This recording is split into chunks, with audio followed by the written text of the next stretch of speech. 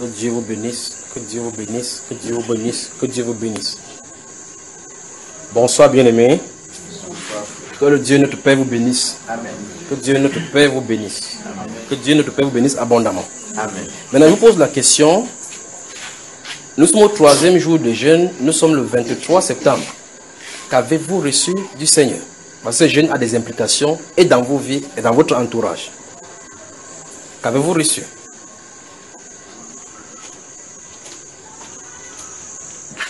Vous avez seulement rêvé que le pauvre vous poursuit. Mais comme d'habitude, vous voulez tomber dans le fossé. Oui, mon cher. Ouais, en fait, c'était avant qu'on commence le jeûne. Oui. Bon, ce que j'ai reçu, c'est qu'un matin, je me suis levé. Bon, je me suis couché un peu. Et puis... bon, je vais dire, je me suis couché une soirée. Et le matin, je me suis réveillé. Bon, quand je me suis un peu assoupi, j'ai été comme transporté en vision dans la maison d'un frère. Oh. Et je me suis retrouvé en train de parler avec son père et son frère. Tous les deux venaient de se réveiller. Et son père me disait que ça fait la énième fois qu'il a une vision sur le pays. Et son frère me disait que lui, il allait faire un passeport pour voyager.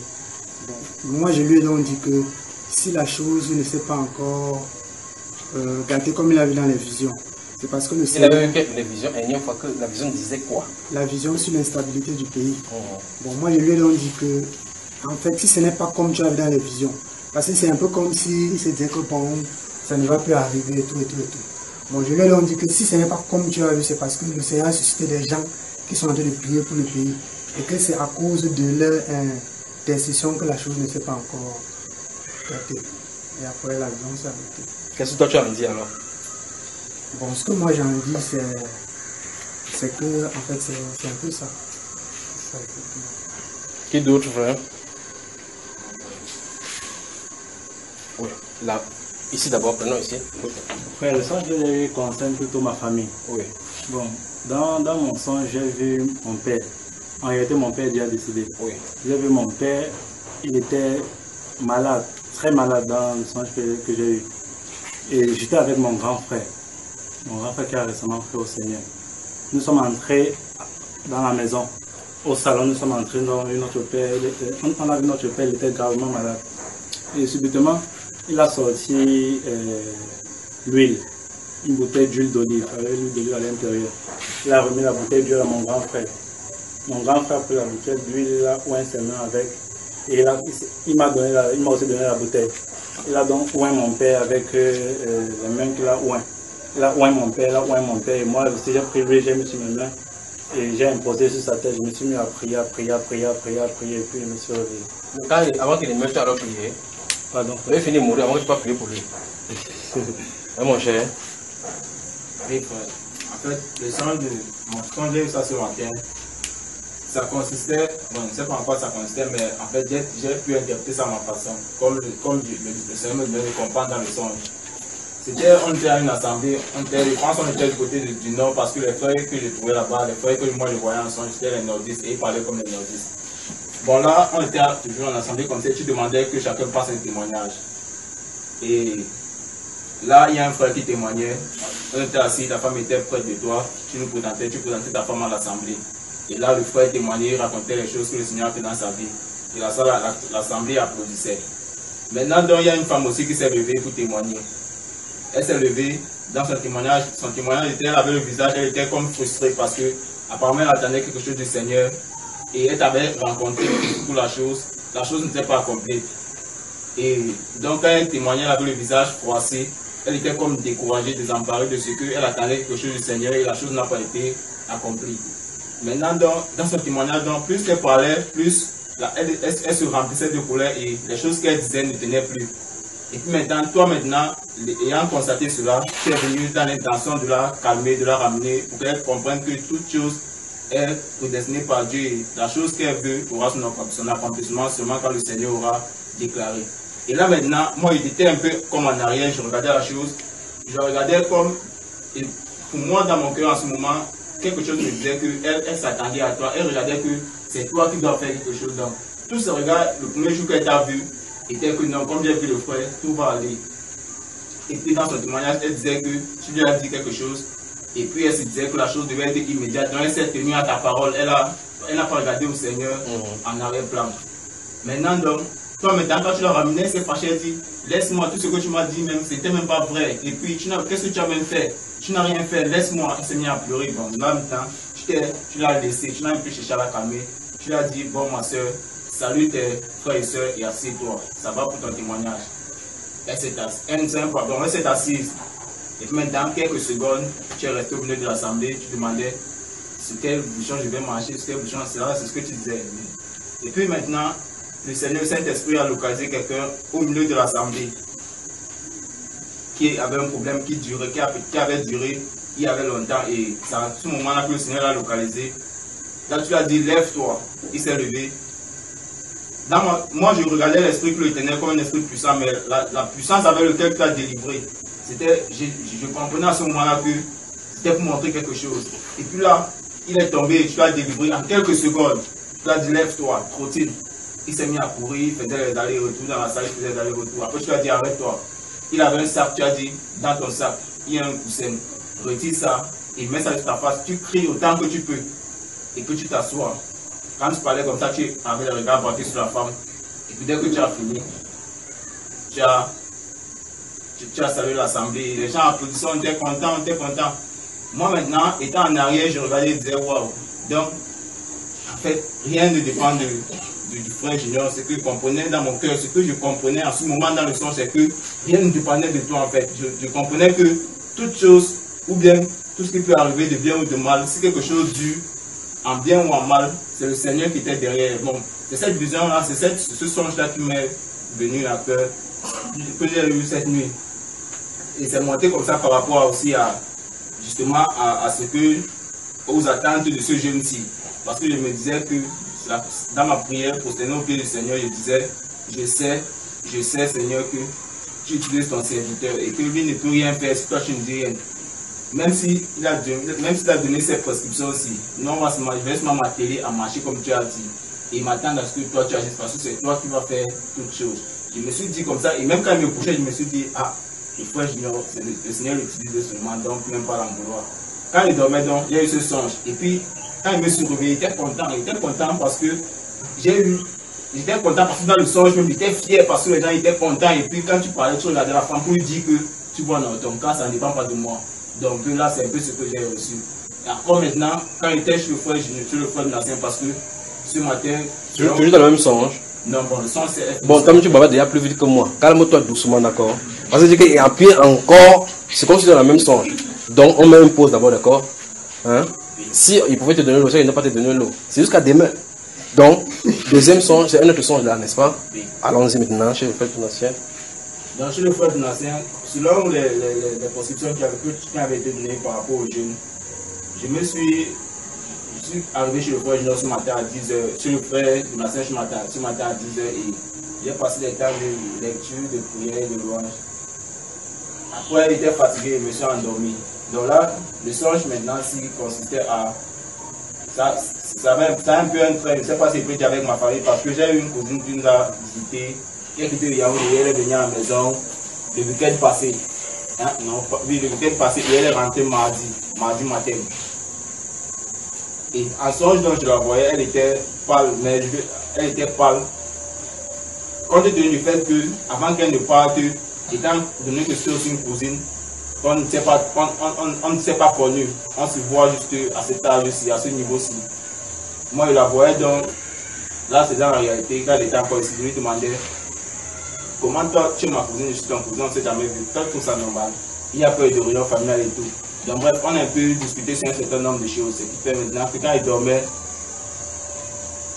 chaque fois qu'il lisait la Bible, chaque fois qu'il tentait de lire la parole, dans mon cœur, je l'avais à cœur, parce que quand elle lui parlait, elle avait le cœur ouvert, elle écoutait bien, elle était touchée.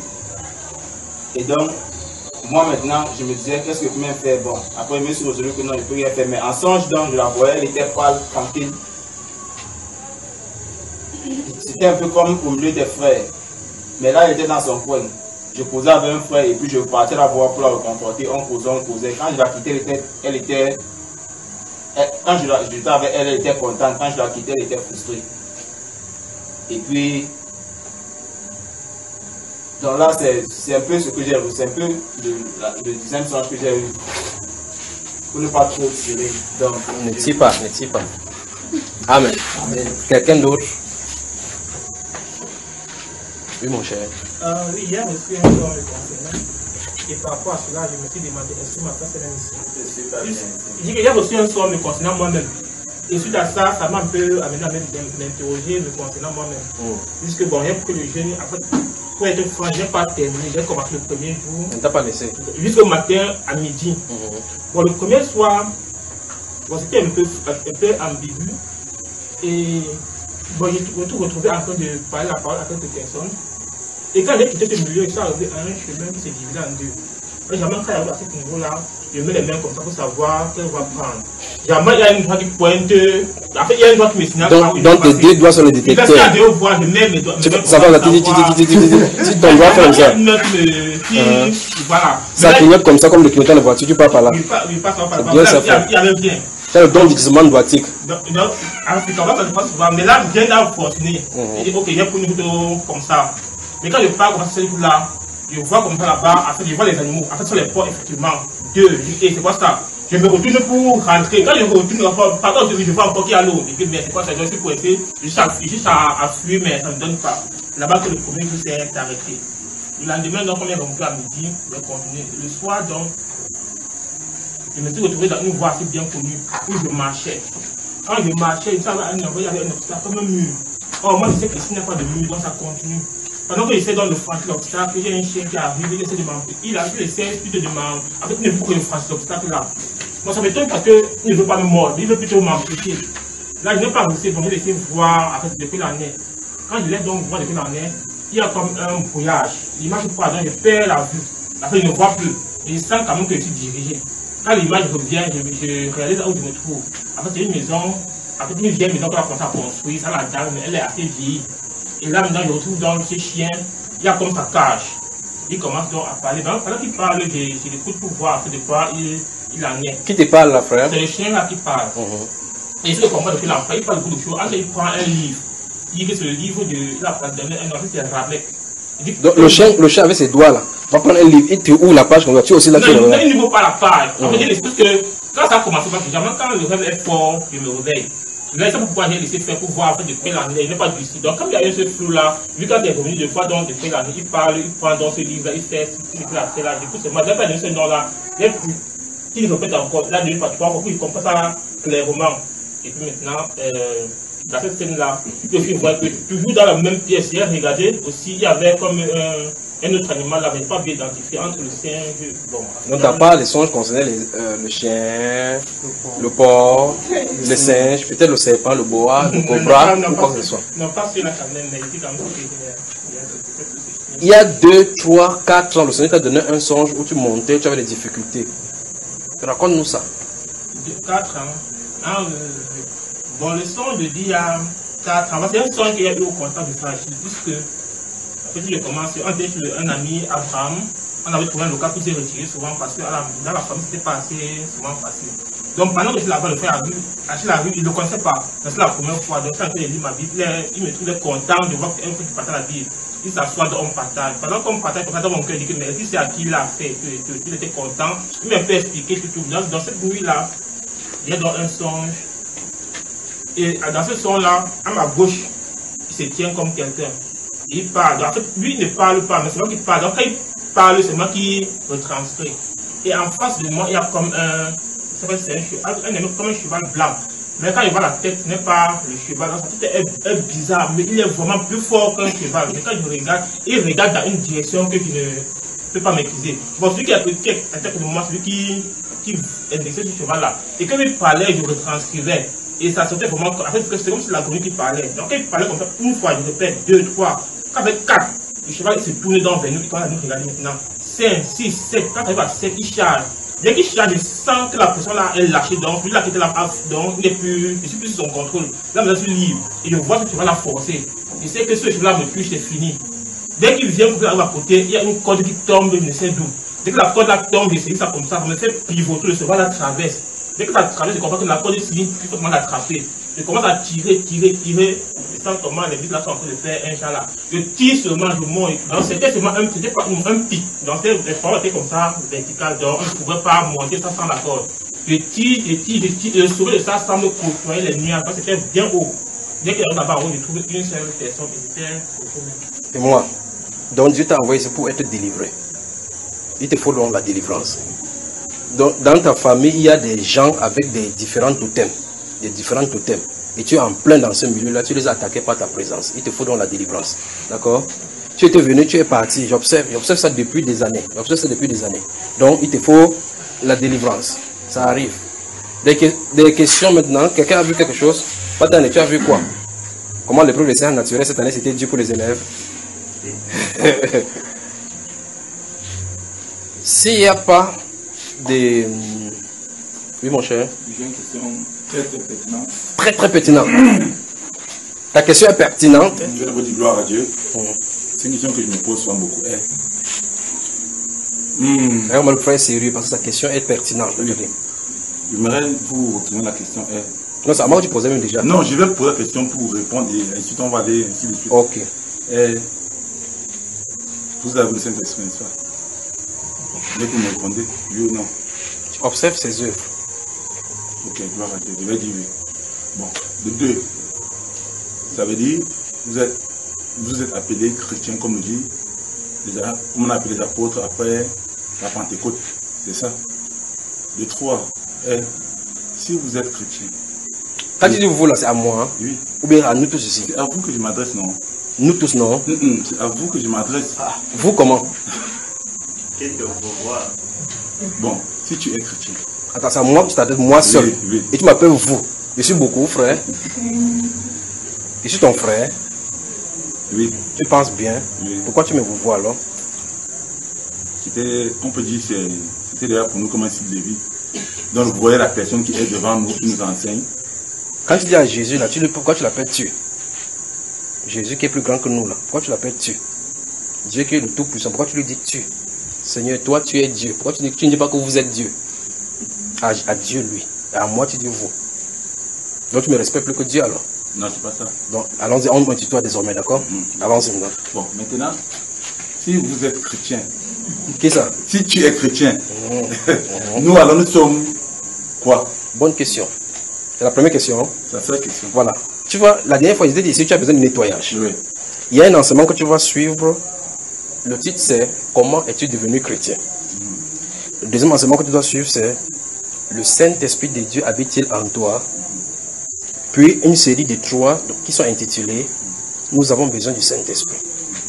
Tu vois, l'enseignement que tu vas suivre. Ça va commencer à te parler doucement. Je recommence. Comment es-tu devenu chrétien? Il faut demander, se disposer. Deuxième, le Saint-Esprit de Dieu habite-t-il en toi? Et puis la série de trois enseignements. Nous avons besoin du Saint-Esprit. Quand tu vas écouter cela, tu vas savoir de quoi il est question, d'accord? Oui, en passant. Oui. J'avais eu un songe quand j'avais cru. Oui. Il va encore expliquer ce songe, parce que des expliquer, peut-être qu'on n'a pas bien compris. Il va encore expliquer ce songe. Oui. Ce songe était la suivante. Quand j'ai cru, comme il y avait trop de difficultés dans ma maison, surtout que ma femme est partie, j'étais devenu vagabond, je faisais du n'importe quoi et tout. Avec la cigarette, et oui, tous les jours, je vois ça. Bon. En partant à l'église, j'écoutais la parole de Dieu, les enseignements. Ma prière était, Seigneur, fais-moi voir tes bontés dans ma vie. Je priais constamment. Un de ces 4 matins, je me lève, je fais mes tours, tout ce que j'ai à faire. À 15 heures, je m'amène me reposer à la maison. En ce moment, j'étais seul, vu que tout le monde était parti, je me trouvais seul dans la maison. Je prie, je m'endors. Je me réveille, une sœur m'appelle au téléphone, on finit de poser. Quand j'ai appelé au téléphone, je me recouche. Quand je me recouche, je me retrouve à la plage. À la plage, il y a toutes les tribus du monde confondues. Chacun en train de faire comme on a l'habitude de faire à la plage ou à la piscine. Subitement pause. Le ciel s'assombrit. Une voix, donc, comme dans les films de science-fiction, qui se met à rire en grondant que l'heure de vérité a sonné. Pour moi maintenant, je n'ai pas pris panique. J'ai commencé à chanter, moi tu es vaincu au nom de Jésus, tu es vaincu Satan. Bon, je m'avançais tout droit. Il y avait une route qui était étroite. J'ai emprunté ce chemin. Je suis arrivé un peu plus loin, disons peut-être même 500 ou bien 1 km de là. Je me suis retrouvé, j'ai vu une maison en carabote, un tas de sable, j'ai trouvé les frères qui étaient en train de prier. En carabote, c'est-à-dire en planche provisoire. Oui. Je me suis, on a commencé à prier. Après, quand je me lève, un frère me dit, regarde là où tu sors. Je regarde là où je sors. Il y avait des ténèbres, il y avait des cris, des grincements dedans, comme tout le reste, bon. Là où je me suis retrouvé, quand je me suis levé le matin, j'ai commencé à pleurer. J'ai dit gloire à Dieu. Bon, j'ai demandé au serviteur de Dieu, mais tout ce qui me fait comprendre que ce soit des ténèbres pour la lumière. J'ai demandé à plusieurs personnes qui m'ont donné la même réponse. Bon, aujourd'hui, je vous retourne la même question. Je me répondre. Quand tu avais prié pour la première fois dans ta prière, tu avais prié à qui? À Dieu. Qu'est-ce que tu lui avais demandé? Il avait demandé de me faire voir. Qui te fait voir? Voir. C'est monté dans ma vie. Qui t'a montré ces songes-là? C'est le Seigneur Jésus. Tu veux me mettre encore en conflit avec lui? Non, je ne vais pas me mettre en conflit. Dans ce cas, pourquoi tu veux que je dise quelque chose par rapport à ce qu'il t'a montré et que tu sais que c'est lui qui t'a montré et tu sais exactement ce que tu lui avais demandé? Qu'est-ce que tu veux qu'il fasse là maintenant? Puisque tu lui as demandé quelque chose et tu dis que tu lui as demandé ce que tu lui as demandé. Et je t'ai demandé que qui t'a montré, tu as dit que c'est lui. N'a-t-il pas montré ce que tu as demandé? Non. Tu penses que la bonté de Dieu c'est quoi? C'est merveilleux dans ma vie. Donc, qu'est-ce que les merveilles la trace? C'est-à-dire que tu as quitté d'où à où? J'étais ténèbres pour la lumière. Bon, je peux te répondre maintenant. Hein? Oui. C'est exactement ce que tu as dit là. Donc tu sais exactement où tu es quitté et où tu es en train d'aller. Mais regarde bien là où tu allais prier. Tu as remarqué que ce n'était pas somptueux. Non, je n'étais pas somptueux. Et subitement, il y avait la lumière. Donc, mais il y avait la lumière, mais ce n'est pas quelque chose qui peut attirer le regard. Non, ça ne peut pas attirer. Maintenant, regardez là où tu étais, là où il y avait des gens qui faisaient de la réjouissance. Et là, tu étais au milieu, là. Les gens ne semblaient pas voir ce qu'il y avait là, mais il y avait une piste étroite par laquelle il fallait s'en sortir. Autre question, frère? C'est beaucoup. Je sais. Ok. Il va calmer ses entrailles d'abord. Oui, mon cher. Bonsoir. Moi, c'est le frère Adam.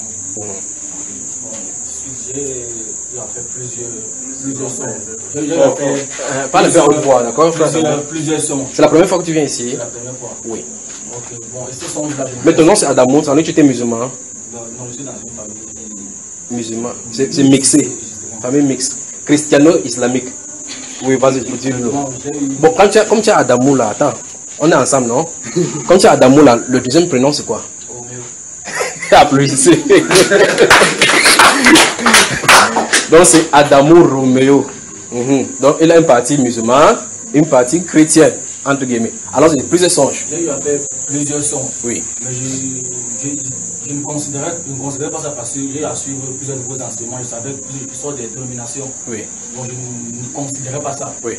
Bon, quand j'ai commencé à le déploiement, Oui. il y a un soir, j'étais à la maison, en somme, j'étais en plein temps, j'étais assis sur la table, j'étais en train de lire. Oui. Il y a eu une image, bon, je ne t'ai jamais vu, Oui. mais quelque chose me disait à moi que c'était toi. Il y a donc maintenant un frère, j'ai envie de l'expliquer, j'ai envie d'expliquer un truc à un frère. En ce qui concerne, ça n'avait pas trop en rapport avec les écritures. Oui. C'était genre scientifique. C'est tout à l'heure quand tu es en train de nous exhorter, que j'étais en train de comprendre cela. Et c'est le frère maintenant qui m'a connecté avec toi. Il m'avait abordé dans le son, m'avait demandé est-ce que tu comprends ce que tu lis? Moi, je dis que non. Moi, je dis que bon, je finis d'abord avec le frère, après je vais venir avec toi. Oui. C'est que je n'ai pas négligé. 2-3 jours, quand je suis retombé sur le livre de Samuel, oui, où on a envoyé Saul partir chercher les ânes. Oui. Le même son m'est encore revenu. Oui. C'est où j'ai donc appelé un numéro, c'est une jeune qui a décroché. On a fait comprendre que le frère n'est pas là, qu'il serait disponible à partir du 19 septembre. Oui. Donc c'est hier donc je partais à une veillée, j'ai rencontré le frère Yoli. Oui. Il m'a dit que bon, il était ici, mais que c'était bien, il était pas. En temps, vous connaissiez d'abord? On s'est juste rencontré une seule fois. Mais lui, tu ne savais pas qu'il me connaissait? Bon, je ne savais pas, parce qu'on n'avait jamais abordé le sujet même sur toi. Oui. C'est vrai, mais j'ai dit que bon, il était là-bas mercredi, c'était bien. Il m'a proposé ses places, il m'a dit que tu peux quand demain samedi. Il a dit que non, je ne fais rien. Oui. Ça tombe même bien. Mais je ne suis pas rentré en détail avec lui. Oui. Ça tombe même bien, vu que le transport, ça va être gratuit comme il a à la moto. Oui. Vraiment dans pointer, c'est comme ça que je suis ici. Mais depuis que tu es ici, quelque chose se passe. Depuis que tu regardes les gens de parler de la Bible sans la Bible. Ça pose des questions là. Ça se pose les questions. Tu comprends ce que je viens de dire? Et depuis que tu es assis au milieu ici, ça se pose des questions à l'intérieur. De parler sans la Bible et de vérifier sans la Bible. Les questions te viennent depuis, pas vrai? Je suis venu vers toi plusieurs fois, j'ai vu cela, je suis rentré, il dit que jusqu'à ce que ça fasse en toi ce que ça va faire. La Bible, c'est ici.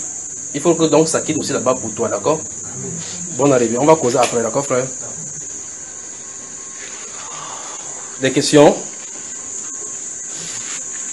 Quand il dit des questions, les doigts se lèvent, là, ils sont ici, moi, ce soir-ci. Oui. Je voulais poser une question dans Job 38. Job chapitre 38, oui, vas-y. On parlait des étoiles du matin. Oui. Et on Qui battaient les mains. Oui. Ce que je voulais savoir, c'est parce que quand j'ai médité, j'ai un peu compris que c'était les anges. Oui, ici, il s'agit de. Tu voulais dire quoi donc d'autres? Ce que je voulais aussi savoir, c'est que parce qu'on était en train d'échanger avec un frère. Oui. Tu vois un peu donc. Et je suis allé dans ce verset-là. Oui. Bon, ce que j'ai compris, c'est que à un moment où Dieu créait les cieux et la terre, les fils de Dieu étaient là. Dis les anges alors. Les anges et les fils de Dieu étaient là. Pourquoi il appelle fils de Dieu? Bon, je me dis que... Ok, je pose la question en assemblée. Pourquoi Dieu appelle les anges les fils? Ouvrez Hébreu.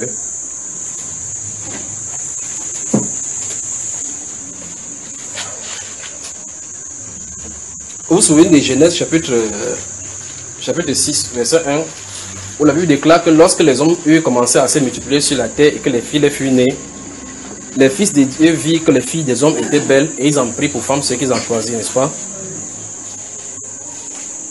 Et donc les gens interprètent qu'il s'agit des anges là. Vous êtes dans Hébreu chapitre 1. Lis-nous à partir du verset 8. Verset 8. Il est écrit, mais il a dit au Fils, ton trône, ô Dieu, est éternel. Le sceptre de ton règne est un sceptre d'équité. Oui. Tu as aimé la justice et tu as haï l'iniquité. Écoutez très attentivement. Il a dit ça à qui? Au Fils. Au Fils. Viens à verset 3 maintenant, tu remontes. Souvenez-vous, j'ai demandé de lire à partir du verset 8. D'accord? Il dit, mais il dit au Fils. On prend la partie du verset 3. En retrouvant ce verset-là, on va s'atteler au verset 7. Allons-y. Verset 3.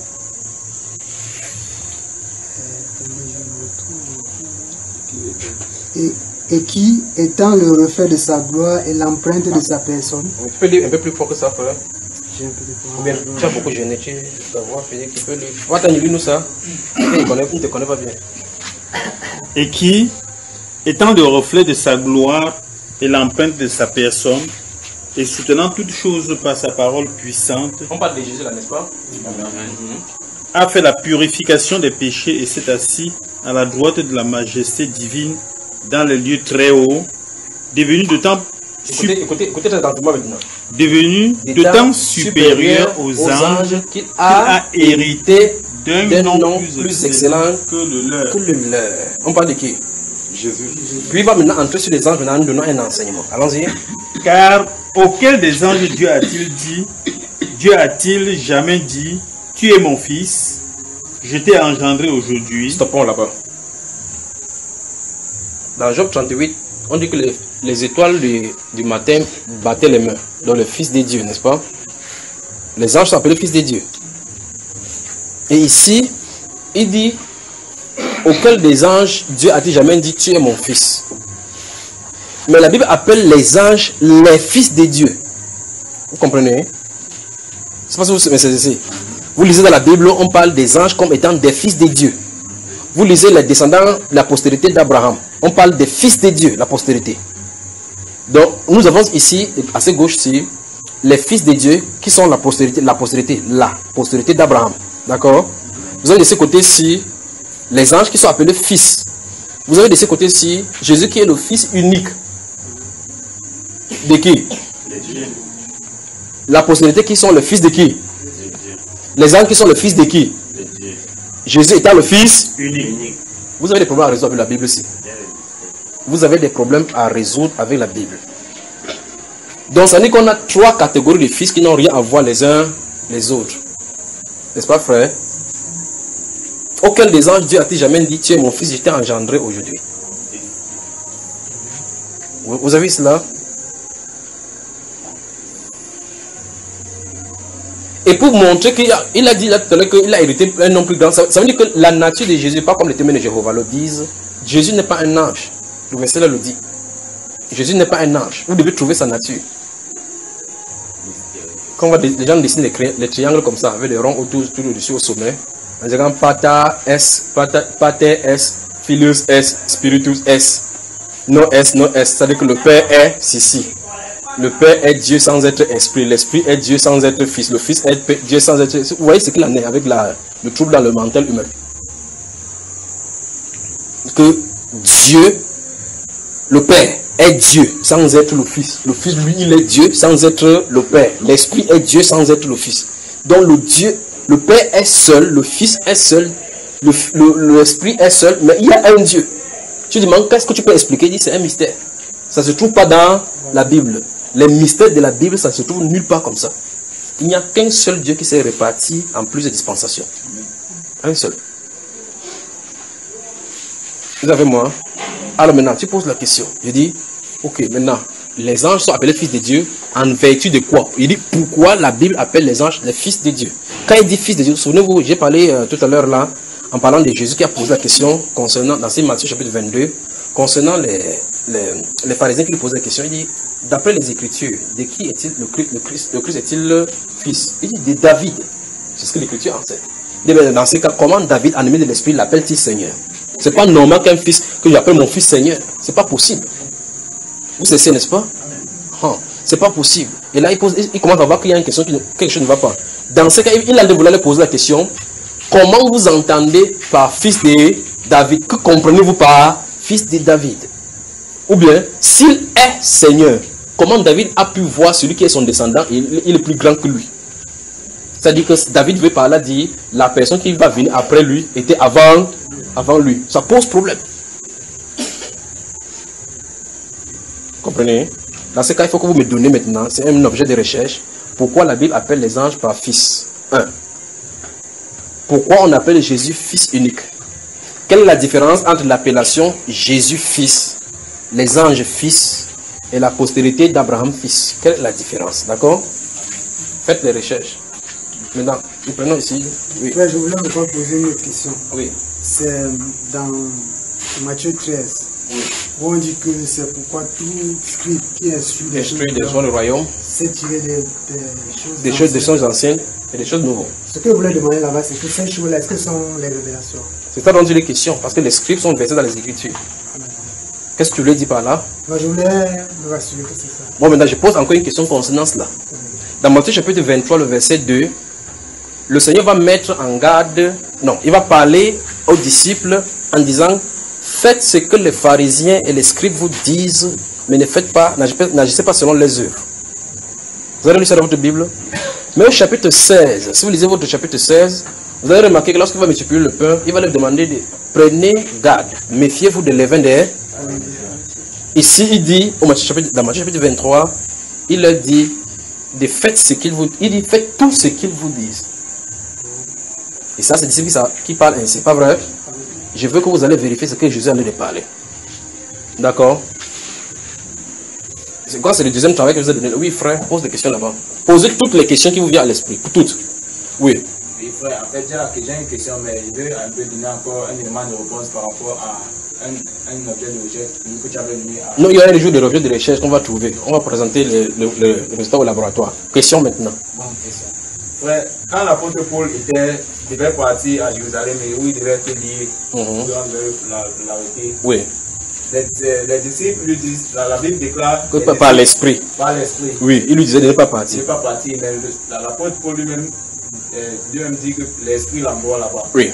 Et je devais savoir comment comprendre. Alors quand l'esprit qui est dans les disciples lui dit de ne pas partir, et lui dit que c'est par l'esprit qu'il faut qu'il parte. Je reviens dans l'Ancien Testament. Lorsque Moïse devrait aussi aller pour délivrer le peuple juif. La Bible déclare qu'il passa la nuit quelque part, l'Éternel l'attaqua pour le faire mourir. Vous avez vu cela dans votre Bible? Vous avez vu ça, frère? Amen. L'Éternel l'attaqua pour le faire. Pour que Dieu... sur quelqu'un, il a besoin de venir l'attaquer. Quelqu'un, hey, lève-toi, il veut te tuer. Il a besoin. Hein, frère? Non. Ok. On dit que Séphora, sa femme, s'est levée, il a pris une pierre et coupé le prépuce de l'enfant, jeté là-bas, que tu es pour moi une épouse de sang. Qu'est-ce que Séphora est en train de faire? Pourquoi il voulait le faire tuer? Parce que l'enfant n'était pas circoncis. Qui a donné à Séphora de faire circoncire l'enfant? Qui voulait attaquer Moïse pour tuer? Qui a inspiré Séphora? Ok, un de ces jours, lorsqu'il va sortir avec les Juifs vont se tellement désobéir au point où Dieu va dire, il dit, quitte devant moi, laisse-moi descendre pour détruire ce peuple-là. Donc là où Moïse se tient, là, c'est pas là où Dieu passe pour aller tuer. Hein, frère? C'est-à-dire que si Moïse, donc Moïse a bloqué le chemin à Dieu, le peuple juif était là comme ça, c'est-à-dire qu'il devait passer nécessairement par là pour aller tuer les Juifs, n'est-ce pas? Il dit, quitte devant moi, il a pointé le doigt à Dieu, il dit que si tu les tues, les nations vont dire que tu étais incapable de les mener là où tu as dit. Il a dit que tu as raison. Tu as raison. Qui demandait à Dieu de reconsidérer ses positions? C'est Moïse. Qui demandait qu'il va aller tuer? Bon, dans ces Hébreux, vous en avez de lire, au verset 8, il dit, mais il dit au Fils, ton trône, il dit que, oh Dieu, il dit au Fils, ton trône, oh Dieu, est un trône quoi? Éternel. Tu as aimé la justice et tu as haï l'iniquité. C'est pourquoi, oh Dieu, ton Dieu t'a oint d'une huile au-dessus. Qui en est de parler? En appelant qui Dieu? Et Dieu lui-même, il est où? Et c'est qui, à qui il a dit, tu es mon fils, je t'ai engendré aujourd'hui? C'est pas la Bible. Tu ris maintenant, hein? Et bien là, lorsqu'il dit, je t'ai engendré aujourd'hui, il a engendré quand? Aujourd'hui. Aujourd'hui là? Non. Mais comment Au il dit? commencement. Au commencement. Donc Jésus est un commencement. Non. Ah, finalement, Au commencement, il était la parole. oui, mais dans son dit qu'il a engendré alors quoi? Parce qu'il a dit là-bas que j'étais engendré, tu es mon fils, auquel des anges a-t-il jamais dit, tu es mon fils, j'étais engendré aujourd'hui. Quand est-ce qu'il a été engendré? À la résurrection. À la résurrection. N'est-ce pas? Un ange est mort. Un ange est mort pour être ressuscité. Donc faites attention avec la Bible. Alors vous allez voir donc ces choses-là dans ces Actes chapitre 21 dont tu as envie de parler. Lorsque l'apôtre Paul partait, il a dit qu'il me fait. La Bible déclare que c'est par l'esprit qui demandait à Pierre, à Paul de ne pas y aller à Jérusalem. Donc vous voyez qu'il y avait la voie là, la proposition parfaite et la proposition passagère, permissive de Dieu. Il dit, qu'est-ce que vous me faites là? L'apôtre Paul s'était donné totalement à Dieu. Il était prêt à sceller comme martyr. Deux voies lui étaient possibles. De ne pas aller avant que ça ne s'accomplisse pas et d'aller avant que ça s'accomplisse. Il a décidé d'aller. D'accord, frère? Amen. Que Dieu bénisse. Oui. Oui, c'est dans le même paragraphe de Hébreux 1. Il dit ici, dans le verset, oh Dieu, il dit, verset 9, il dit, tu as aimé la justice et tu as haï l'iniquité. C'est pourquoi, oh Dieu, ton Dieu t'a oint d'une huile de joie au-dessus des tes égaux. Oui. C'est des tes égaux là. Oui. Qui sont ces égaux en ce moment? C'est la question qui était en train de te poser depuis quand il disait cela. Qui est l'égal de Dieu? Qui est l'égal du Fils? C'est ça. Tu es sûr? Oui. Tu te montres dans la Bible qu'il y a son égal. Tu vas dire quoi? Il y a même les gens qui l'appellent même petit frère. Tu n'as jamais vu, frère? Non. Ici, des mondes, je suis sûr que tu as souligné ça en jaune. C'est quoi? Que quoi? Tu as souligné. Des questions? Oui, prenons la question ici. Ouais, je voulais poser une Ça les met question. tuer, c'est Souvent, quand on lit la Bible, Parfois, tu peux lire la Bible, tu te dis que bon, ce que j'ai reçu là, c'est une relation. Comment faut-il faire notamment? Nous avons besoin du Saint-Esprit. Des questions par là-bas? Vous prenez aussi, frère. J'aimerais savoir dans Juge 19, Oui. au verset, chapitre 21. Non, verset 21 maintenant. Juge chapitre 19, Oui. chapitre 21. Ah, du chapitre 19 au chapitre 21, de cette femme-là qu'on a tuée. J'aimerais savoir qu'est-ce qui bloquait le peuple pour que Dieu les livre ainsi. Le livre ainsi, qu'est-ce qui a commencé au chapitre 19? Chapitre 19, il est rapporté d'une femme de Juda Qui a été infidèle. qui a été Ça a conduit jusqu'à la mort, jusqu'à ce chapitre 21. Maintenant, le chapitre 21 veut maintenant qu'il y a un peuple qui ne doit plus avoir d'enfants, des femmes, n'est-ce pas? C'est ça, non? Si on fait comme ça, il y a un peuple qui ne va plus avoir d'enfants parce qu'ils ont fait des vœux. C'est pas ça, frère? C'est ça. Alors, qu'est-ce qu'ils veulent faire? Qu'est-ce qu'ils vont faire pour... Parce que le vœu, c'est un serment avec le Seigneur, on ne blague pas avec cela. Comment on fait pour résoudre ce serment? Ils ont donné donc la solution là-bas, n'est-ce pas?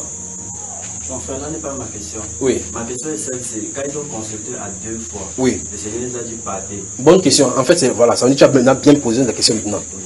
Ils sont partis, ils ont été vaincus, non? Vaincu. Dieu leur a demandé que partez, vous allez vaincre.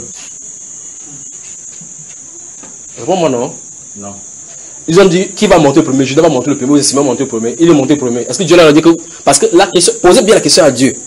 Ces gens-là disent, ok, l'Israël, parce qu'on avait divisé le peuple, on a divisé le cadavre, on a envoyé à tous les 12 tribus. Quand ils ont vu ça, ils ont dit que pareil, je ne sais pas, jamais produit en Israël. Ils ont dit que rassemblez-vous pour qu'on puisse aller là-bas à Gibeah pour enlever de la vie d'Israël tout ce qui est arrivé comme ça. Pas vrai? Ok, maintenant. Qu'est-ce qui se passe? Ils se mettent là-bas, ils consultent d'abord Dieu pour dire qui va monter en premier. Dieu donne la réponse, non? Est-ce qu'ils ont dit qui va monter en premier? Est-ce que celui qui va monter va vaincre? Ils ont monté, on les a traités bien même. Ils sont rentrés par 2 fois. Ils montent encore la 3e fois. Mais la 3e fois, qu'est-ce qu'ils ont posé la question comme Dieu? Qu'est-ce que Dieu leur a dit? Le fils d'Élazar a posé la question. Oui. Et la réponse, je n'ai pas retenu. On regarde la réponse de Dieu maintenant. Non, prends juge. Prends cela, on lit cela. Pour que vous voyez les 3 fois qu'il a été fait, vous allez voir la première fois, la 2e fois, puis la 3e fois. C'est ce que Dieu a dit dans la 3e fois. Parce que quand Dieu dit quelque chose, ça doit se passer ainsi. Donc Dieu n'aura pas déjà. Je vous avais dit une fois ici, en donnant l'exemple d'un monsieur qui avait dit, il y avait une grosse pierre devant sa maison. Dieu lui a dit, pousse cette pierre. Il se lève le matin, il pousse, ça ne bouge pas, il se fâche. Il pousse, petit à petit, son muscle sortait. Il pousse. Un jour, il se fâche devant Dieu, il dit que Seigneur, il pousse depuis, ça ne bouge pas. Dieu dit qu'il t'a demandé de bouger, il a dit qu'il t'a demandé de pousser. Allons-y. Premier cas. Le premier cas. Première demande qu'ils ont faite à Dieu. On va lire le premier demande. Quand ils sont partis, ils ont perdu combien de personnes? Les enfants d'Israël, juste Donc, chapitre 20. Oui.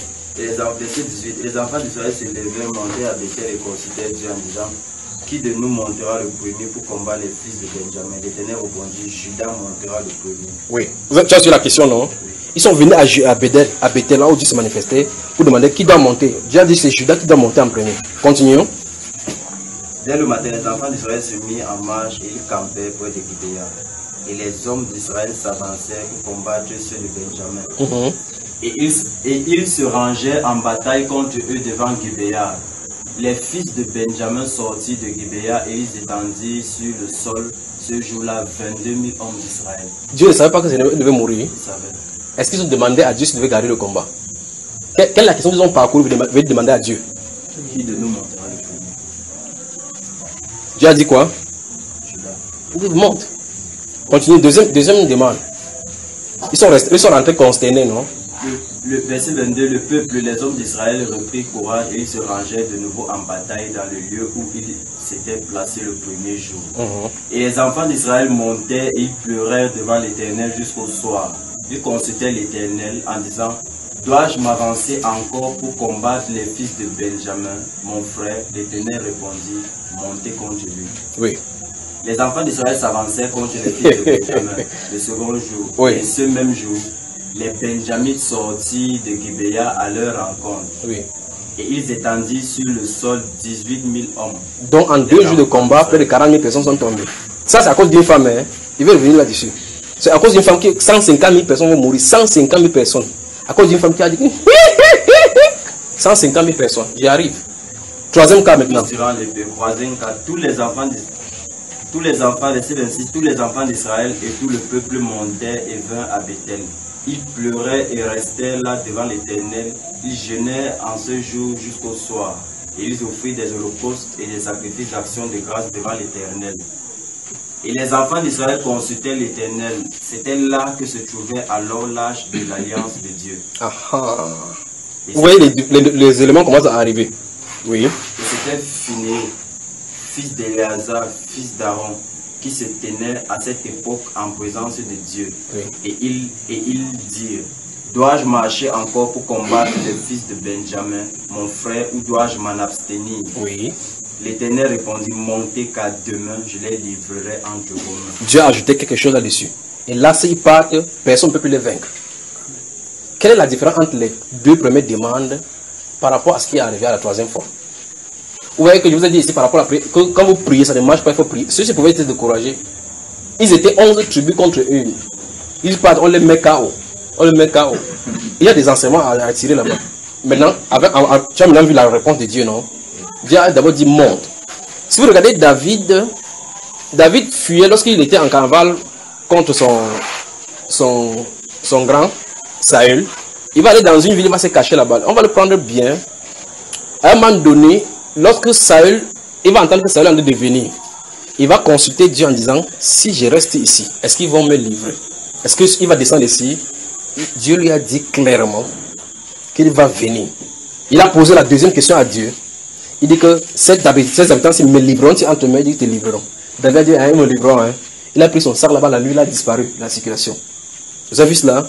Donc Dieu lui a donné le dénouement que si, comme tu restes là, il pose la question à Dieu, est-ce que Saül va venir jusqu'ici? Il dit oui. Est-ce que le peuple avec lequel je suis? Tu as vu? Parce que s'il dit que Esther va venir ici, il a posé la question de l'issue de cela. Parce que cette chose lui a donné la direction, ce qu'il faut faire.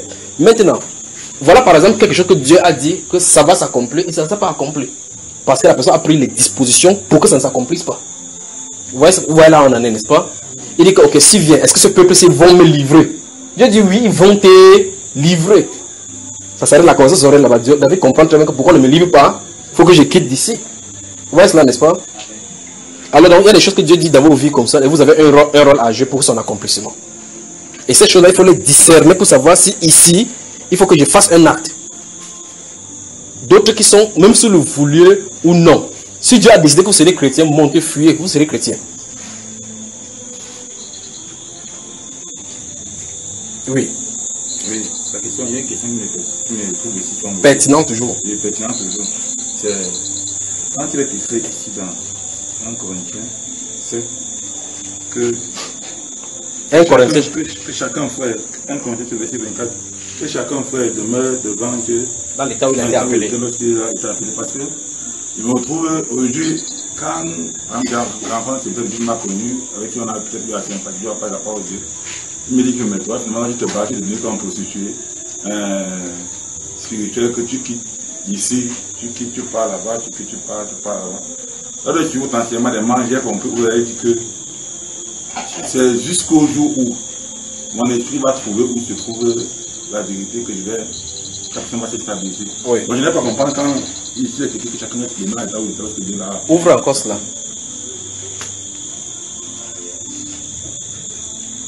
Tu as dit que c'était le chapitre combien? Chapitre 7. Tu as dit que c'était le verset combien? Verset 24. Lis le verset 22 et 23, allons-y. Verset 22 et 23 dit. Car l'esclave qui a été appelé dans le Seigneur est un affranchi du Seigneur. Oui. De même, l'homme libre qui a été appelé est un esclave de Christ. Oui. Vous avez été rachetés d'un grand prix en devenant ne devenez pas esclave. Non, attends, doucement. Voilà, le chat est sorti, n'est-ce pas, frère? Il faut qu'il pas pousser la souris. Maintenant, allons-y, verset 23. Ne devenez pas esclave des hommes. Oui. Que chacun, frère, demeure devant Dieu dans l'état où il était lorsqu'il a été appelé. Verset suivant. Pour ce qui est des vierges, oui. Je n'ai point d'ordre du Seigneur, mais je donne un avis comme ayant reçu du Seigneur miséricorde pour être fidèle. Voici donc. Non, ça va. Tu as vu depuis le verset 22. On dit que l'esclave, celui qui était esclave dans le monde, quand il est affranchi, il devient esclave du Seigneur. Tu vois cela? Celui qui était libre dans le monde, quand il est sauvé, il devient esclave du Seigneur. D'accord? Alors que celui qui était esclave devient libre à l'égard du Seigneur. Puis il commence à dire maintenant que chacun reste dans l'état où il a été appelé. Donc ça veut dire que si une fille était prostituée, Dieu l'appelle, il continue sa prostitution. Ça non frère, que chacun reste dans l'état où il a été appelé. Donc Dieu m'avait trouvé prostituée. Comme je crois au Seigneur, je reste prostituée. Non mais attends, on a dit que chacun reste dans l'état où il a été appelé. Ça c'est... Bon, toi tu as été appelé quand tu étais spirituel déjà. C'est pourquoi je vous demande de pouvoir m'expliquer. Non mais attends, il dit, l'apôtre pourquoi il a dit ici que chacun reste dans l'état où il a été appelé. Il a dit ici, concernant le mariage ou bien concernant quoi? Concernant... Si ça concerne le mariage. Regarde le verset 1 du chapitre 7. Le verset 1 dit quoi?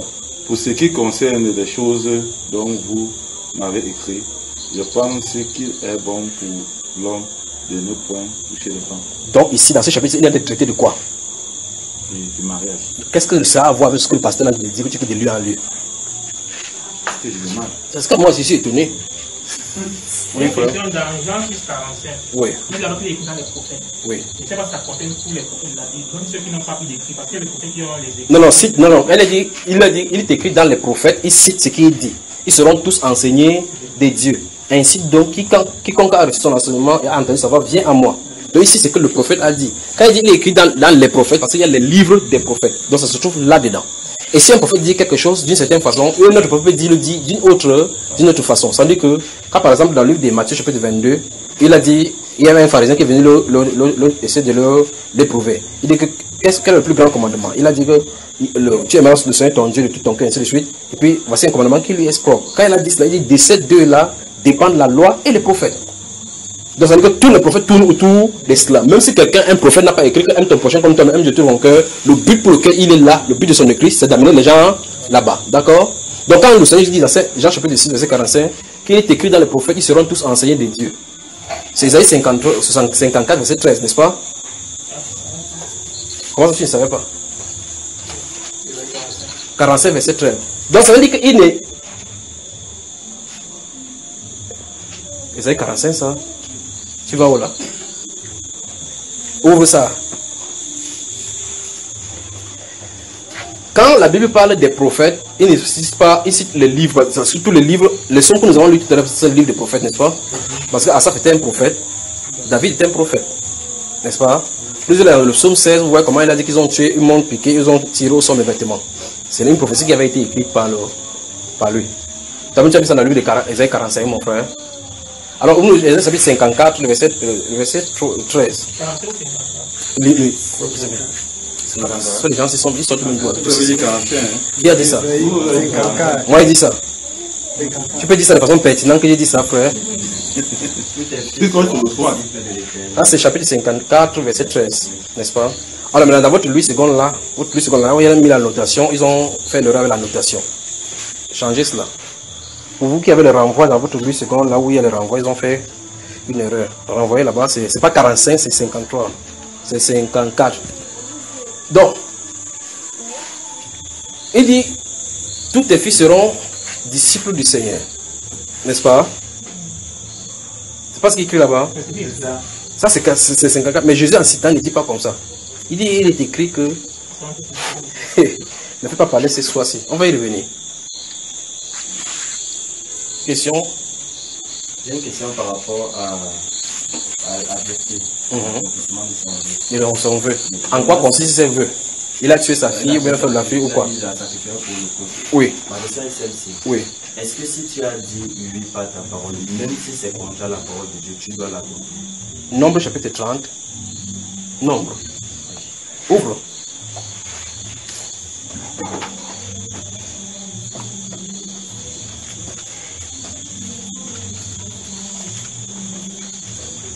Ah, le verset 3, qu'est-ce que ça dit à haute voix? Lorsqu'un homme fera un vœu à l'Éternel ou un serment pour s'aider par un engagement, il ne violera point sa parole et agira selon tout ce qui est sorti de sa bouche. Tu as entendu ce qu'on a dit? Tu as bien entendu? Israël va prendre un engagement qui est contre la volonté de Dieu. Israël, dans le livre de Josué chapitre 9, quand ils sont sortis du pays d'Égypte, d'abord on va venir avec la ruse et il va faire alliance avec lui sans consulter Dieu. Or Dieu leur avait dit de façon explicite de ne pas faire alliance avec les nations.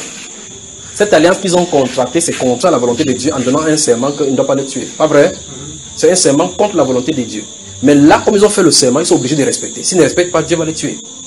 Et quand Saül va prendre le pouvoir, Saül va lui dire que les Gabonis, ils sortent même d'où, ce n'est pas le cas. Ils les ont tués, pas vrai? Longtemps après, quand David va prendre le pouvoir, si vous lisez le livre de 1 Samuel et 2 Samuel, vous allez voir que Dieu va frapper la famine dans le pays pendant 3 années. À cause du serment que les peuples juifs avaient fait. Donc le serment peut être contre la volonté de Dieu, mais tu es tenu de respecter le serment. Vous avez suivi? On avance où? Qui a encore des questions? Oui. Je voulais poser une question dans... Vous avez seulement les batteries de questions ici. J'aurais souhaité ne pas dire questions aujourd'hui. Allons-y. Matthieu 2, où Jean-Baptiste dit que de cette pièce... C'est le chapitre 3, frère. Matthieu 2 n'a pas encore commencé la prédication. Oui. Donc verset 7 du chapitre 3. Ce que je voulais poser comme question, c'est que ces pièces, est-ce que ce sont les pierres physiques ou ce sont les pierres dont on parle dans un pierre comme des pierres du ventre? Dieu, depuis que tu es dans la Bible, Dieu a créé quelqu'un avec la pierre. Non. Comment tu peux me poser la question qui est évidente dans la Bible? Parce que je pose la question parce que en fait aussi j'ai discuté avec des frères. Et je leur ai fait quoi? Je leur ai fait comprendre que les pierres là, ce ne sont pas les pierres physiques. Oui. Je ne parlais pas aux pierres qui étaient, mais je me parlais des pierres qui sont les personnes. Dans cette même parole, il a dit que la cognée est de la recule-toi que sur la station, ça soit bien. Chaque fois qu'il vient chez la position là qu'il cherche. Donc même quand quelqu'un est là-bas, il essaie de faire pour ça. Il regarde, il a traversé ici. Il y a les chaises là-bas. C'est toujours sa place qu'il va chercher. Dans cette Matthieu chapitre 3, il a dit déjà la cognée est mise à la racine de tout arbre. Pendant qu'il parlait comme ça dans les arbres, on a mis la hache en l'air. C'est des arbres dont il parlait. C'est des arbres dont il parlait. Il parlait de quoi? Des personnes. Donc ce sont les paraboles qui renvoient à d'autres personnes. Dans le livre d'Ésaïe, il dit que tournez votre regard vers Abraham. Lui seul, je l'ai appelé. Et il a été taillé. Et on a été taillé à partir de là, n'est-ce pas? Des questions? Oui, là-bas. Oui. Il vient selon la Genèse 15, verset 15. Chapitre 15 de Genèse, verset 15. Oui, allons-y. Toi, tu iras en paix avec tes pères. Oui. Parlant à Abraham. Oui. Vers quel père iras-tu en paix? Bonne question. Je crois qu'on a déjà résolu. On a déjà trouvé des épreuves. Cherchez l'enseignement, vous écoutez. Vous n'écoutez pas les enseignements ici. On a résolu le problème ici qui couchait vers le père. Parce que là, terre à son père adorait les idoles. Parce que c'est ça qu'il veut dire. Parce que lui, il a quitté parce qu'il ne savait pas les idoles. Comment il peut aller vers eux en paix alors que. Qui a dit qu'il va parler vers eux? Il dit vers tes pères. Il avait combien de pères? Abraham. Il avait un père. Donc ce n'est pas de lui dont il parle. Il a tes pères. Les pères sont au pluriel. Oui. Lui, il a quitté toute une lignée. En fait, tous les pères là servaient les dieux étrangers. Attends, quel père? Laissez-le s'exprimer. Ses ancêtres servaient les dieux étrangers. Qui ses ancêtres? Tu peux citer deux de ses ancêtres qui c'était les dieux étrangers? Je me rappelle un passage où il disait qu'on disait à Abraham qu'il servait en Mésopotamie, il servait les dieux qui n'étaient pas. Ça, c'est Josué chapitre 19. Est-ce qu'on a dit qu'Abraham servait cela ou bien c'est son père qui servait? Non, c'était c'est Terah qui servait, n'est-ce pas? Ok, maintenant. Ah, qui a engendré Terah?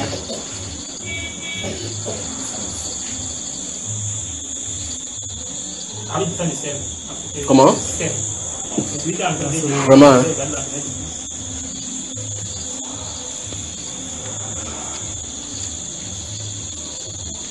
Je crois qu'on a parlé de cela vers tes pères. Moïse vers tes pères, n'est-ce pas? On a parlé de ça ici. N'écoutez pas les enseignements. Venez comme ça, vous regardez comme ça. Les gens sont à l'extérieur, ils écoutent mieux que vous. Je donne même des choses pour vous ici au milieu. Des gens, ce qui concerne les gens à l'extérieur, je dis ça ici. Vous allez me regarder comme ça, comme les briques. Alors, qui a engendré Terah? D'accord. Tu n'as pas vu, frère? Moi, il y a dit d'accord. Il est là, sa Bible dit qu'il y a quelqu'un qui dit d'accord. Tu es d'accord ou c'est d'accord? Tu veux confirmer, hein? Il ne peut pas il ne peut pas mentir. Ok, qui a engendré d'accord?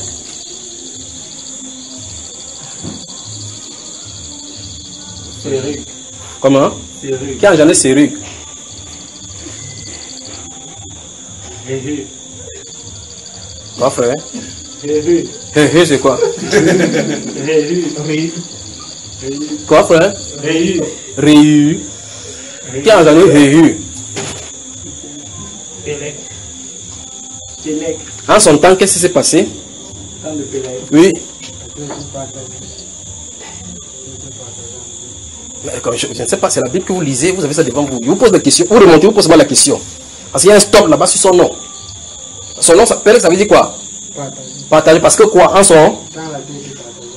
Ok, continuons. Donc ça veut dire qu'on l'a nommé sur la terre à cause de ce qui s'est passé sur la terre. Vous voyez les continents, n'est-ce pas? Les continents asiatiques, ainsi de suite, Moyen-Orient. Vous dites quelle est son origine? Scientifiques disent que la tectonique des plaques, quand les plaques bougent, ça va en sens contraire. Vous remarquez que si ça vient comme ça, le continent africain est un petit peu creusé comme le bout de l'Amérique du Sud. Ça, vous allez voir que la terre était un. Ça a été partagé, c'est par quoi? On dit la terre a été partagée. Vous voyez d'où son origine est. Continuez. Qui a engendré Pélec? Hébert. Hébert. Qui a engendré Hébert? C'est là. Qui a engendré Sélach? Al-Pacha. Qui a engendré Al-Pacha? Même celui-ci j'ai perdu. Qui est Sem? Fils de. Il servait quel Dieu? Il servait le Dieu de l'Éternel. Mais toi, tu as dit que les pères d'Abraham servaient les idoles. Des questions? Dans Le passage là où le Seigneur Jésus-Christ guérit la veuve et il demande qu'est-ce que tu vois, il dit qu'il voit les arbres, un peu comme les. Il disait qu'il voit les hommes, un peu comme les arbres. C'est où ça, frère? Je ne connais pas le verset. Oui, le passage là où il dit ça, oui. Continue. La question, c'est quoi? Donc la question que je veux poser, c'est après l'avoir guéri par 2 fois, parce que je me rends compte que c'est le seul malade que le Seigneur Jésus-Christ a guéri 2 fois. Oui. A travaillé et puis retravaillé encore. Oui. Et puis il a interdit d'entrer dans Bethsaïda. Il a interdit d'entrer dans Bethsaïda. On va chercher ce que veut dire Bethsaïda et tu vas nous dire plus tard. D'accord? On va te donner le pourquoi. Qu'est-ce que veut dire Bethsaïda? D'accord?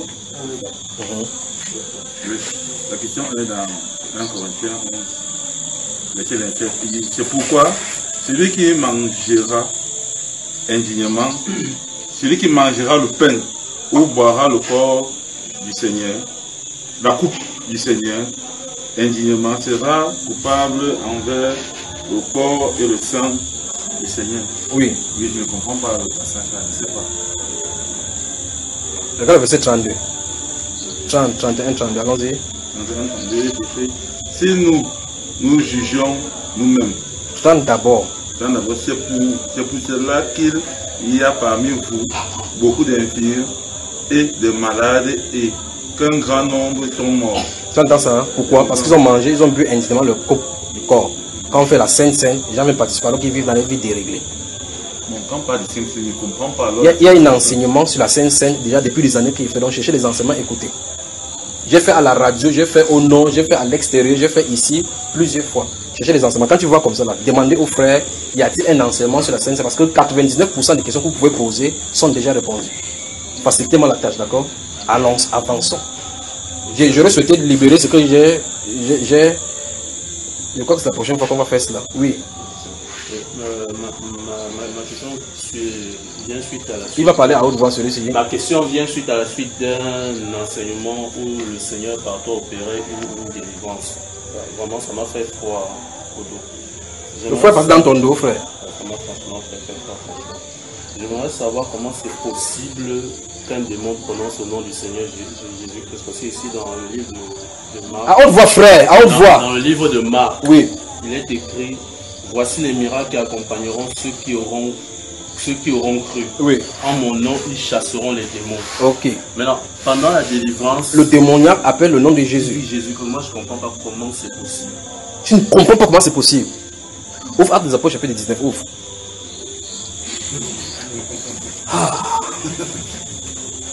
Tu as ouvert? Tu dis, hein? Je veux que tu me lises à haute voix le verset 13. Qu'est-ce que ça dit?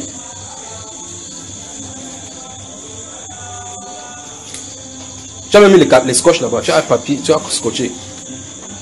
Quelques exorcistes juifs ambulants essayèrent d'invoquer sur ceux qui avaient des esprits malins le nom du Seigneur Jésus, en disant: je vous conjure par Jésus que Paul prêche. Ceux qui faisaient cela étaient 7 fils de Sceva, oui. Juifs, l'un des principaux sacrificateurs. L'esprit malin leur répondit. Écoute bien, on dit qui a répondu? On a dit qui a répondu, frère? L'esprit malin. Qu'est-ce qu'il a répondu? Je connais Jésus. Mais tu m'as dit que les démons ne prennent pas le nom de Jésus, non? Des questions? Oui. Je voulais avoir une précision oui. sur la question que tu avais posée par rapport au Seigneur qui est issu de la tribu de Juda. Non, alors continue ici. C'est l'autre jour, il y a la question scientifique là-bas. Des questions ici. Oui. La femme samaritaine dit moi avec Jésus. Elle va dire que. Attends, doucement. Quoi, frère? Dans Jean 4, oui. La femme samaritaine et Jésus vont avoir une discussion. Oui. La femme samaritaine va dire à Jésus que nos pères ont adoré cette montagne. Oui. Et vous dites que c'est à Jérusalem. Oui. Bon, parlant de l'adoration. Oui. Quand il leur parlait sur cette montagne, de quelle adoration il parle? Puisque bon, il y a plus de Genèse 22, je ne sais pas quand il va sacrifier, parce qu'avant, en allant sacrifier son fils, a dit qu'il partait adorer. Je ne sais pas si c'est cette carte-là qui constitue l'adoration pour les Juifs ou alors il y a autre chose. La femme dit que nos pères, la femme est quoi? Elle est samaritaine. Ce que vous dites, samaritain, c'est quoi? Oui, attends, samaritain vient d'où? De la ville de Samarie. Et la population là vient d'où?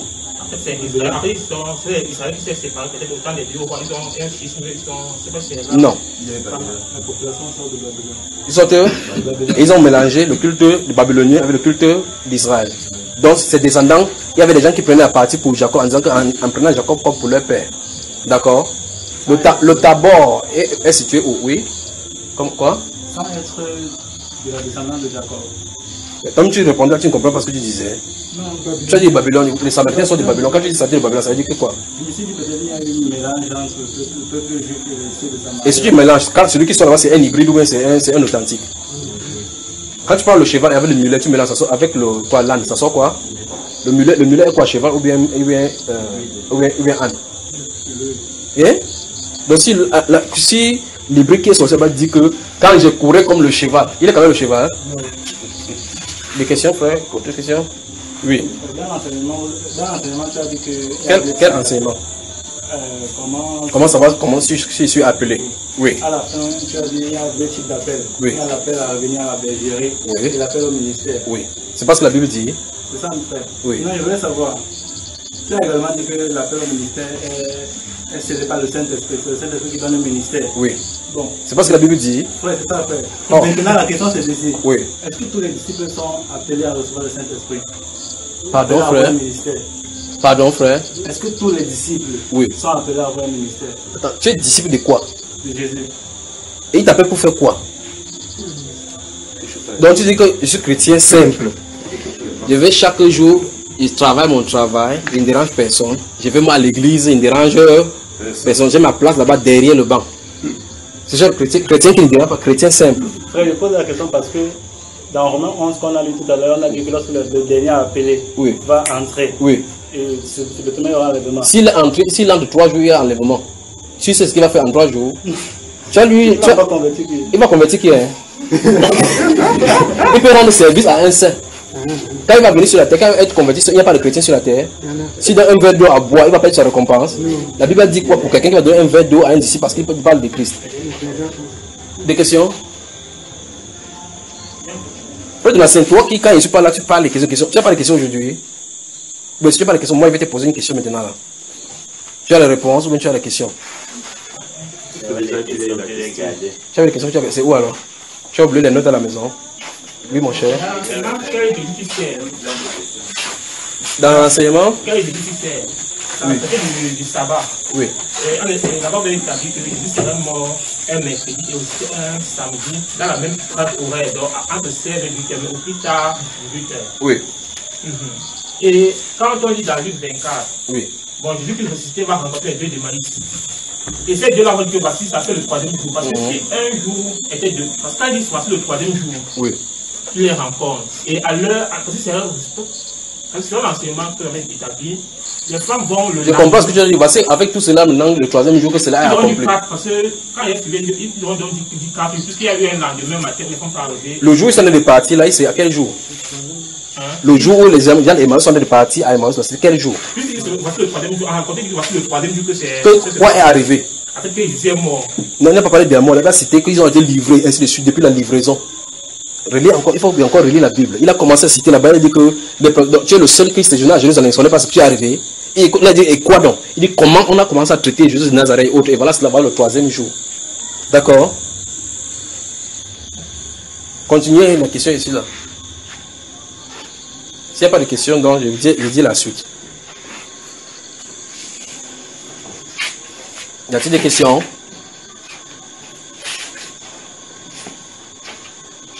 Avez-vous des questions, frère? Si vous n'avez plus de questions, je vous dis la suite, la bonne chose.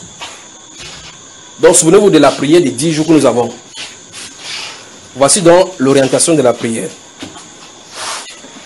Ça concerne uniquement les Camerounais. Comme je l'ai dit. Uniquement les Camerounais. J'aurais souhaité dire l'autre portion là qui concerne les ténèbres de ce que j'ai vu là. Mais la prochaine fois, je vais le dire, plaise au Seigneur.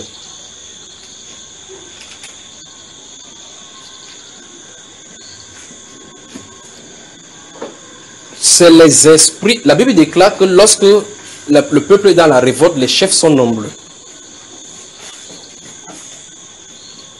Vous comprenez, n'est-ce pas? La Bible déclare dans le psaume 33 que l'Éternel renverse les desseins des peuples. Et c'est le projet de son cœur qui subsiste de génération en génération. Priez seulement. Souvenez-vous, suivez attentivement. Lorsque ces gens s'y font le sacrifice, comme j'ai dit dans ces prophéties-là, lorsqu'ils font le sacrifice, ils invoquent comme ça les divinités, des démons. pour que lorsqu'ils vont venir parler, cette divinité-là soit pour entrer dans le cœur des gens qui vont entendre la parole que ces choses sont en train de parler, pour qu'ils vont bec et ongle pour aller faire ce qu'ils sont en train de les demander de s'accomplir. Vous comprenez ce que ça veut dire? Vous avez entendu parler de Hitler, comment il se tient là, il tend la main, les gens sont le salut, il passe de l'amour, ils aimeraient donc donner la vie même pour Hitler. Vous avez entendu cela? Vous pensez que c'était un être humain normal qui parlait tout simplement? Je vais parler de l'Allemagne. Une fois, je vais parler de la ville de Cologne. Cologne. D'accord, il va venir avec Berlin maintenant, avec ce que j'ai vu. Bon, je dis, cette personne-ci parle avec le pouvoir de persuasion. On appelle ça en français le pouvoir de persuasion. Mais ce sont des démons. Quand ils parlent, ce sont ces démons-là qui viennent vers les gens qui écoutent. Vous pouvez voir donc quelqu'un entre dans la rue, on tue son frère, pam. Parce que ça, ce qui va arriver, c'est que il y a un style de catégorie militaire qui porte le noir, bleu et au-delà. Quand on va le faire sortir vers eux, ça sera du carnage. Vous suivez? Lorsque ces choses-ci arrivent de cette façon-ci, tu parles au frère, c'est quoi ici?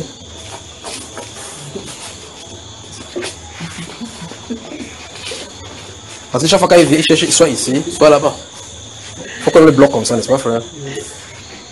Lorsque ces choses-ci arrivent, si vous ne suivez pas la direction, vous êtes surpris que comment les gens qui disent qu'il faut que telle chose chante, et ils ne descendent pas dans les rues. Les enfants ne descendent pas dans les rues. Les enfants des autres meurent. Souvenez-vous de ce que j'ai dit, communiquer. C'est ça que j'ai utilisé, n'est-ce pas? C'est le mot communiquer. Maintenant, ça veut dire que c'est le cœur des gens qui est la cible. Le cœur. D'accord? Que Dieu garde le cœur de la jeunesse camerounaise.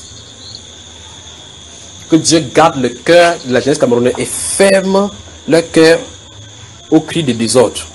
Voilà le sujet de prière pendant les 10 jours. Vous êtes là, frère? Que Dieu garde le cœur.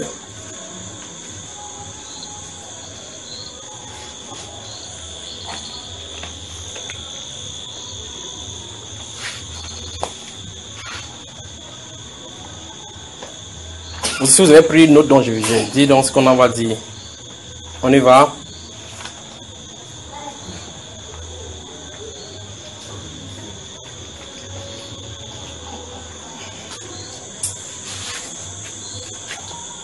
Voilà le sujet.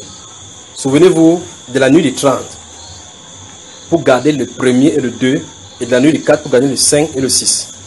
Et souvenez-vous de la formule, de la façon de jeûner. 15 heures, buvez, buvez, buvez comme vous voulez. 2 heures après, mangez. Ça va faire du bien pour vous. Bon, maintenant, on va prier maintenant pour nous-mêmes maintenant. Parce que c'est quelque chose qui ressort de ces jeûnes-ci.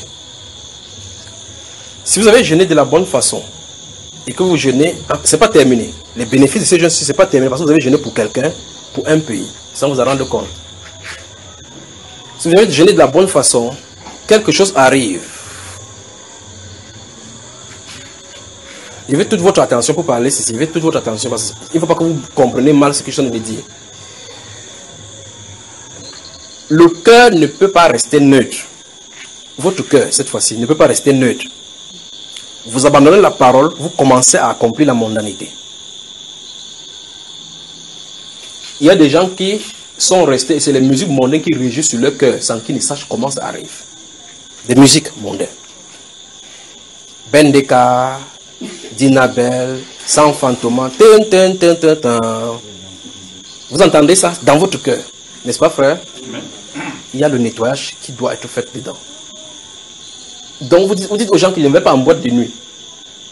Maintenant vous ne partez pas en boîte de nuit, c'est la boîte de nuit qui part chez vous. C'est à l'intérieur ça se trouve.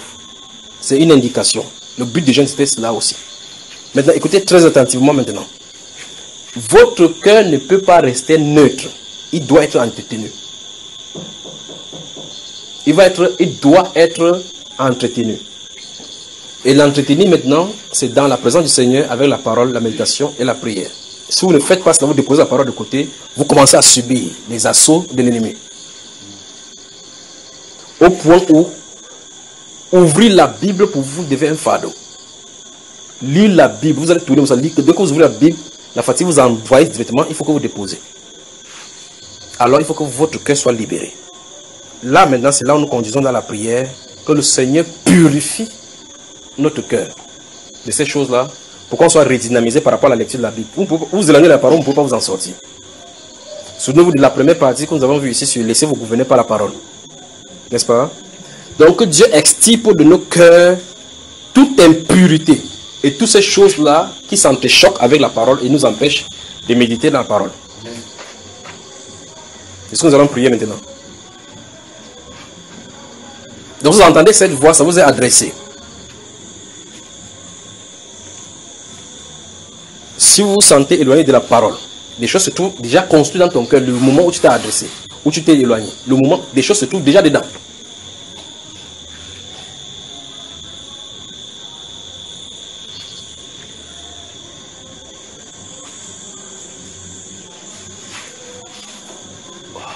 C'est ça qu'il faut prier maintenant.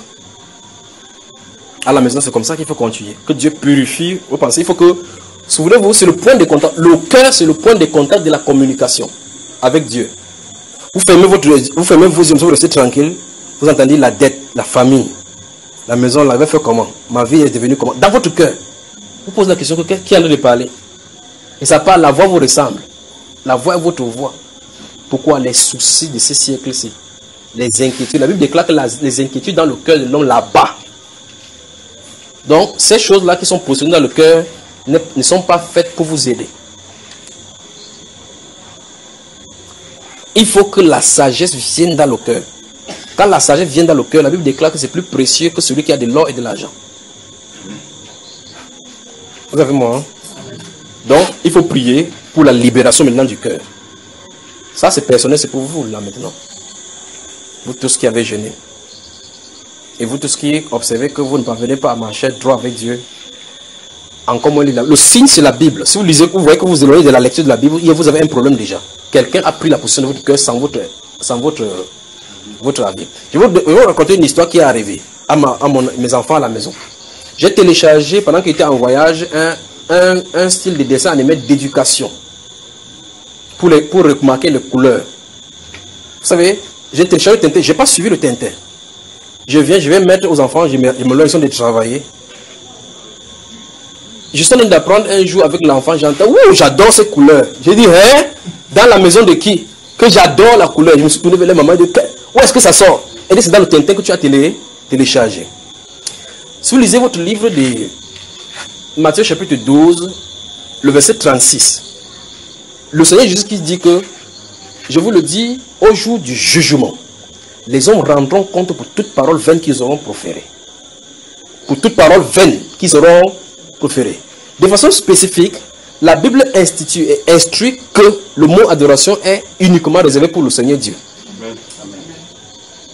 Mais ceux qui ne connaissent pas Dieu, ils peuvent faire les choses. Ils disent que non, qu'est-ce que amour?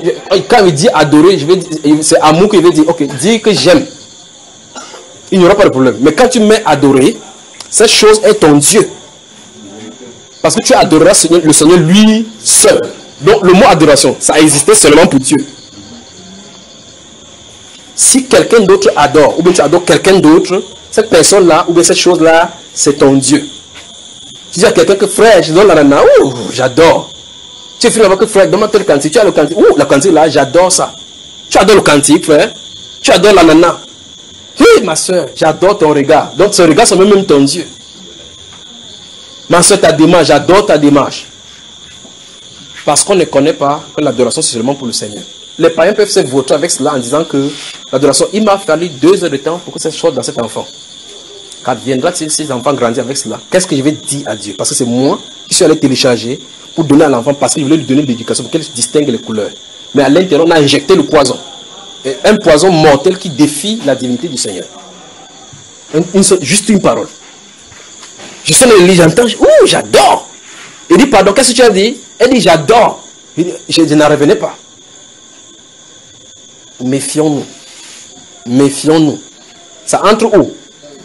Elle n'était plus devant la télévision, devant l'ordinateur où il y avait ce truc-là. C'était la sortie. Mais vous voyez, ça a quitté cet endroit. Ça a résidé où? Maintenant, il est en train de restituer. Il est en train de restituer. Ça veut dire que si elle quittait là et partait, elle devait aller quelque part. On dit que Tiens le cahier, c'est oui, j'adore. Dis, tu es l'enfant de qui? Du frère Junior. L'enfant du frère Junior. Donc, il a dit que tu adores le cahier. Et oui, c'est son évangile là-bas. Et puis maintenant, c'est ce Dynamique FM maintenant. Il enseigne les enfants d'adorer le cahier. Faux prophète, tu parles de Bambaïba. Ok. Donc, examinons le cœur. Demandons au Seigneur de purifier le cœur. Lui seul peut le faire. Purifier le cœur pour que tout désir du monde sorte. Tout obstacle dans le monde. Souvenez-vous, il y a une chose, quand vous allez lire les béatitudes de Matthieu chapitre 5. Heureux les débonnaires. Passez-y le temps en savoir c'est quoi les débonnaires. Pourquoi il dit qu'ils sont heureux? Car ils hériteront la terre. Heureux ceux qui ont le cœur pur. Car ils verront Dieu. Passez-y le temps. Vous allez voir effectivement qu'on a beaucoup de chemin à faire. Donc demandons au Seigneur de purifier le cœur. Purifier le cœur. Quand c'est ôté. Quand c'est ôté. Je vous le dis parce que ce jeûne-ci a été recommandé. Ce jeûne-ci a été recommandé. Et il y a quelque chose qui se cache après le jeûne. Il ne peut pas dire autrement. Il ne peut pas dire plus que cela. Demandons au Seigneur de purifier le cœur. De purifier, d'enlever du cœur tout ce qui crée obstacle, qui sont les choses qui s'entrechoquent avec la parole. D'accord? Baissons la tête.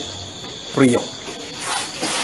Et que Dieu vous bénisse. Que Dieu vous bénisse. Que Dieu vous bénisse. Que Dieu vous bénisse. Que Dieu vous bénisse alors que vous priez.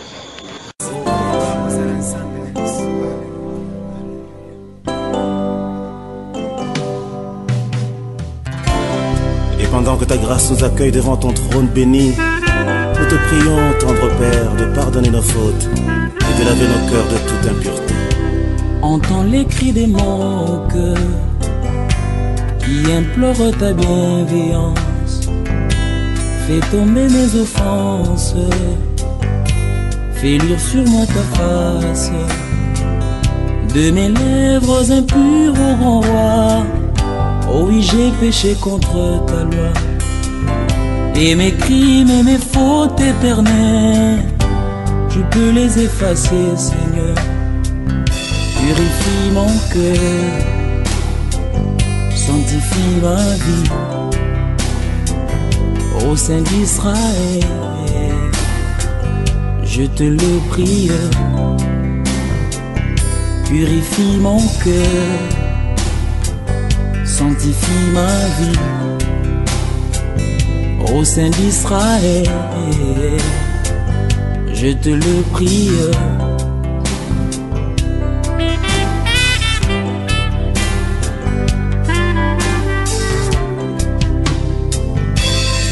Notre prière, fidèle et tendre Père, pour ce précieux service, agrée nos sacrifices.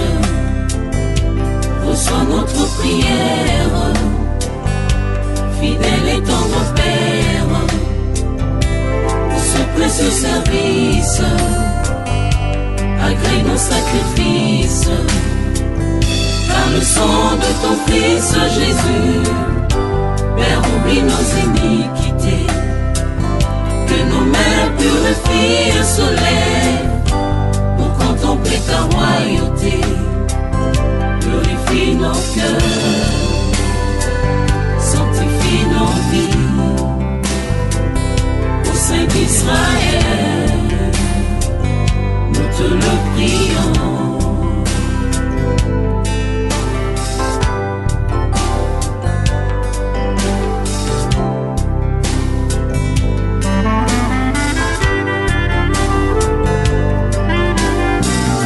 Purifie nos cœurs, sanctifie nos vies, sanctifie nos vies, au Saint d'Israël, nous te prions, nous te le prions.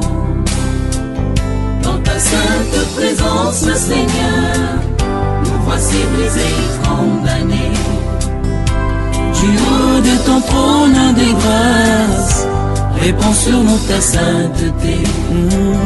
Purifie nos cœurs, purifie nos cœurs, sanctifie nos vies, sanctifie nos vies, au Saint d'Israël, ô Saint d'Israël, nous te le prions. Nous te le prions. Purifie nos cœurs. Purifie nos cœurs. Sanctifie nos vies. Sanctifie nos vies. Ô Saint d'Israël. Ô Saint d'Israël. Nous te le prions.